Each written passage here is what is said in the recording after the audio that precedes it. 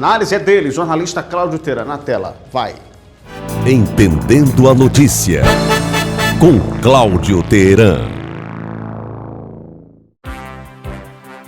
Amigos e amigas do Sertão Central Cearense, Elistênio, ouvintes, seguidores do Sistema Maior de Comunicação. A posse de Eudoro Santana no Partido Socialista Brasileiro foi chancelada pelo filho dele, o ministro de Estado da Educação, Camilo Santana. Presentes à solenidade, o governador do estado, Eumano de Freitas. Presente também o PDT em peso, o PT em peso. E muitos quadros dos mais diversos matizes da política. Por trás de tudo isso, o que é que se pode conjecturar ou dizer? Várias coisas. Primeiro, Eudoro é um homem notável. Ele tem 87 anos e está esbanjando saúde, vitalidade e lucidez. É um homem de sobradas qualidades técnicas, indiscutíveis por sinal, e tem uma folha de serviços prestada ao Ceará. Vale destacar que é também um bom pai, porque a educação que ele deu ao filho, Camilo, tornou o Camilo no que o Camilo é hoje. A maior liderança política da atualidade no Ceará, suplantando qualquer outro. E aí, a chegada do Eudoro Santana ao PSB foi uma jogada ensaiada, muito bem jogada pelo Camilo. E por quê? Pelas mais variadas razões. O Partido Socialista Brasileiro, desde o tempo em que ele foi assumido pelo Eduardo Campos, aquele governador de Pernambuco de saudosa memória, que morreu num acidente aéreo em 2014, quando se preparava para disputar a presidência da República, desde que Eduardo Campos pegou o PSB, o partido, com histórico do socialismo, virou uma sigla voltada a interesses efêmeros da política. No caso específico do Ceará, esse partido passou pelas mãos do Ferreira Gomes e foi vitaminado por eles. De nanico virou um gigante no estado, até enquanto foi conveniente. Quando deixou de ser, todos eles foram embora e o PSB voltou a ser um nanico, mas continuou por ali, nas sombras do poder governista aqui do estado do Ceará.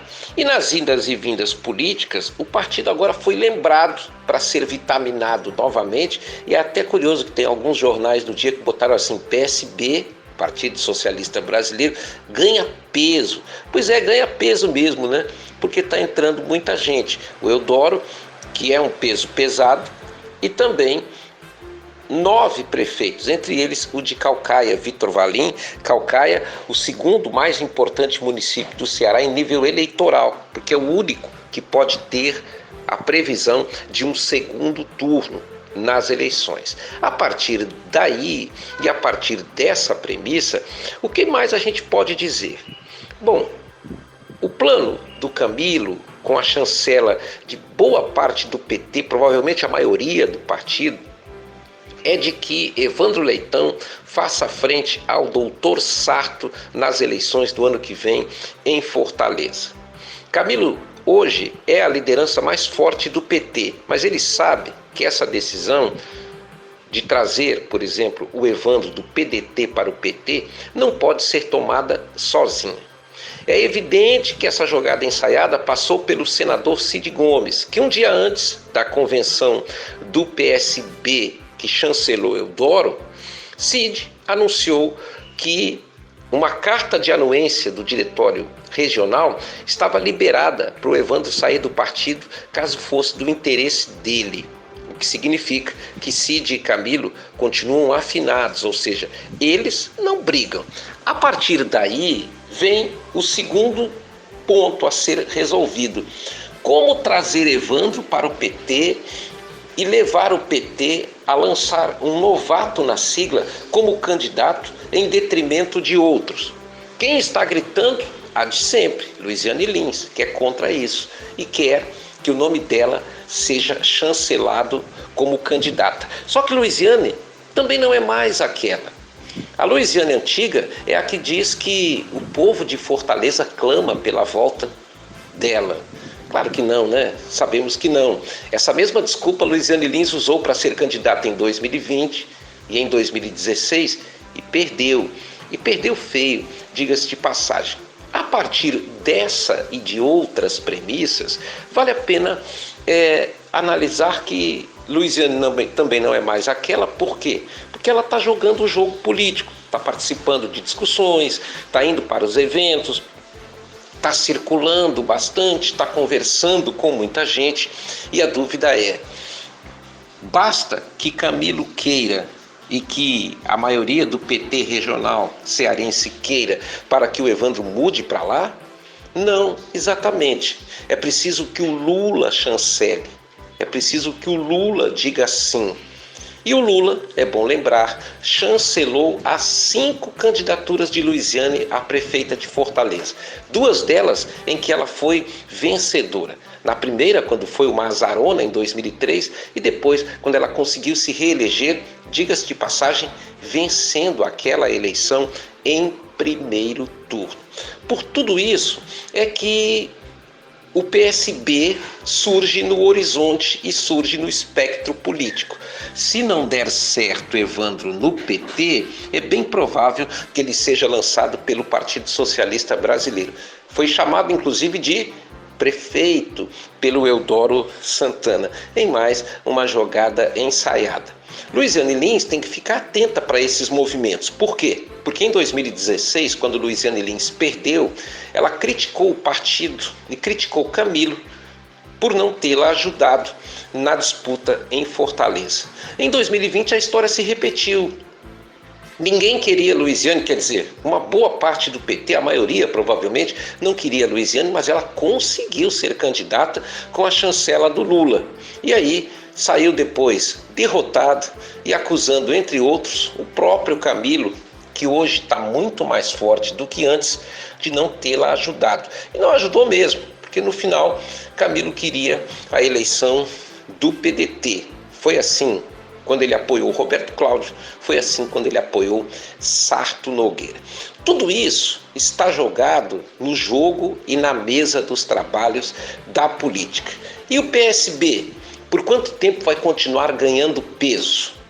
É bom providenciar uma balança. Cláudio Teran para o Sistema Maior de Comunicação. Entendendo a notícia, com Cláudio Teran. Obrigado, Teran. Muito obrigado por nos ajudar a entender a notícia. Deu para... Mais claro que isso é impossível, né? Esse jogo político aqui do estado do Ceará tá ficando, vamos dizer assim, para quem cobre a política é maravilha, porque não falta notícia, né? Mas para eles, então, haja telefone e cafezinho para desenrolar essas conjunturas todas. Mas como eu disse que ia ser dose dupla do Cláudio Teran, vai ser mesmo. Infelizmente não conseguimos conversar com o prefeito Cirilo, nem com o presidente da Presp, mas vamos continuar tentando para amanhã. Amanhã vai ter uma paralisação nacional, os prefeitos vão paralisar as atividades. Você que está me assistindo aqui em Quixeramobim, ou em Quixadá, em Madalena, está me ouvindo na região, provavelmente amanhã a sua prefeitura não vai funcionar. Escola vai fechar, creche vai fechar, tudo vai parar amanhã, vai ser como se fosse um feriado amanhã. Só vai funcionar serviços essenciais. É uma paralisação nacional, os prefeitos estão na bronca com o governo federal em relação à diminuição do repasse do Fundo de Participação dos Municípios, o FPM. E a paralisação vai acontecer também aqui em Quixeramobim. O jornalista Cláudio Teran traz a sua análise também sobre esse momento que os municípios estão passando. Na tela, vai. Entendendo a notícia, com Cláudio Teran.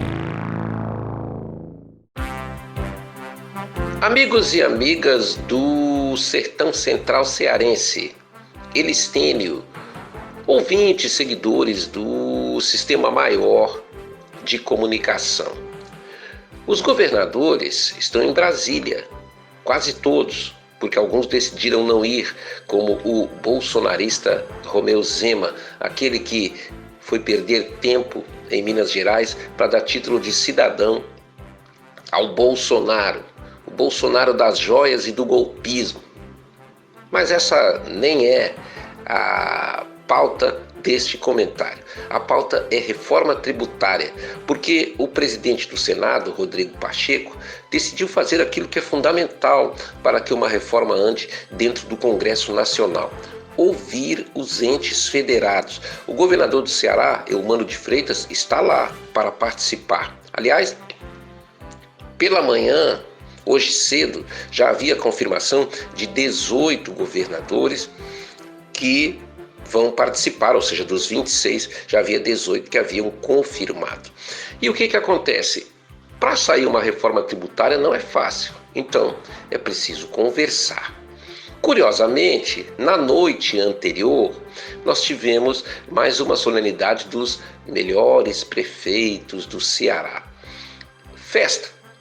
E deu gente a bambam, cada município com a sua delegação.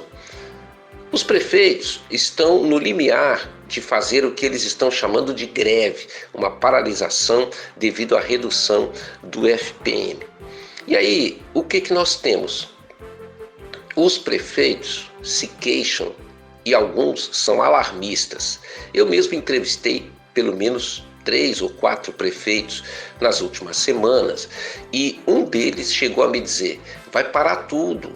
Vai parar a saúde, não vai ter combustível para as ambulâncias rodarem. E eu fiquei incrédulo, né? Mas vai ser assim mesmo, prefeito? Ele disse: sim, a situação é muito difícil, falta dinheiro, falta recursos. O FPM é insuficiente e houve uma redução muito drástica e isso prejudica as nossas cidades.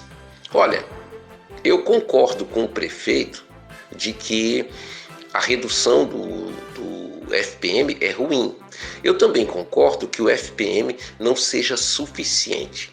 Mas esse mesmo prefeito fez uma festa de arromba, daquelas festas típicas do interior, em que se contratam artistas pesados da música para abrilhantar essas festas. Eu questionei o prefeito sobre isso e o que ele me disse: não, mas essas festas, elas dão muito retorno ao município, elas geram empregos temporários, elas atraem turistas, visitantes. Ou seja, o prefeito usou a desculpa de sempre para gastar dinheiro público para contratar o Wesley Safadão, para contratar o Xande Avião. E não importa o lado do prefeito ou da administração dele, tanto faz ser de direita, ser de esquerda, todos eles adoram fazer esse tipo de evento, com a mesma desculpa de sempre.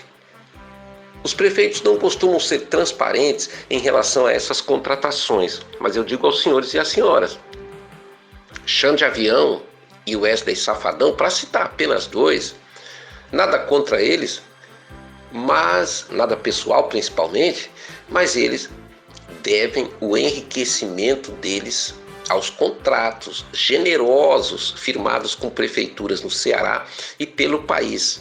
E não é só eles não, porque Ivete Sangalo está nessa e outros tantos, né, da área sertaneja também estão nesse pacote. E contratos com prefeituras são geralmente poupudos, maiores, superfaturados. O preço cobrado por um show municipal, um show prefeitural, é muito maior que quando eles fazem um show num clube, onde depende da bilheteria para eles arrecadarem o dinheiro que vai pagar o cachê. Esse é só um ponto, um microcosmo de toda essa história.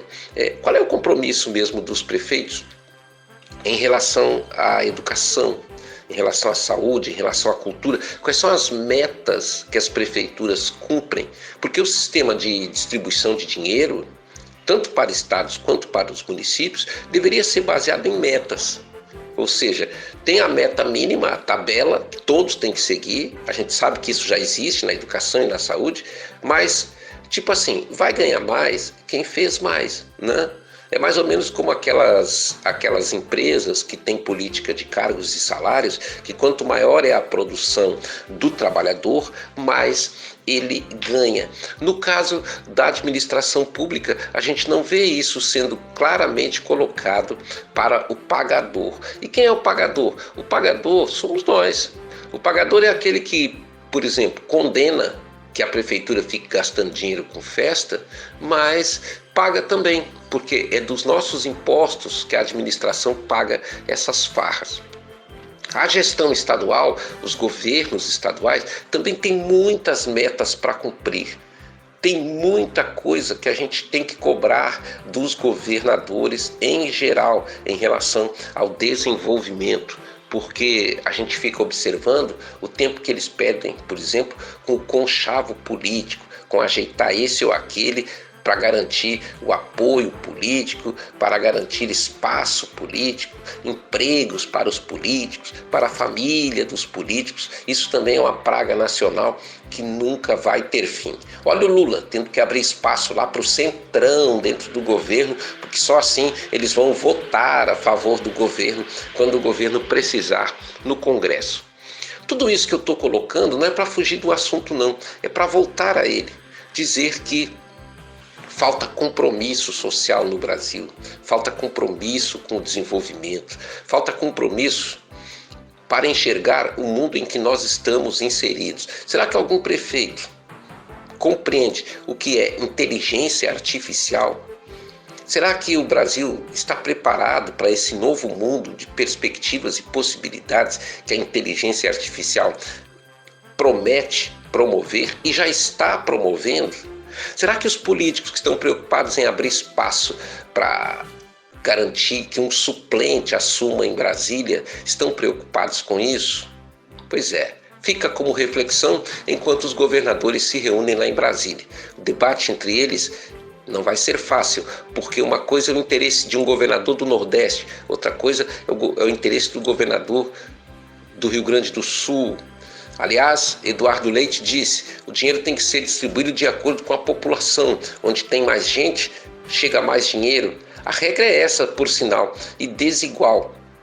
Como compensar os estados do Nordeste com tantos problemas sociais para encarar?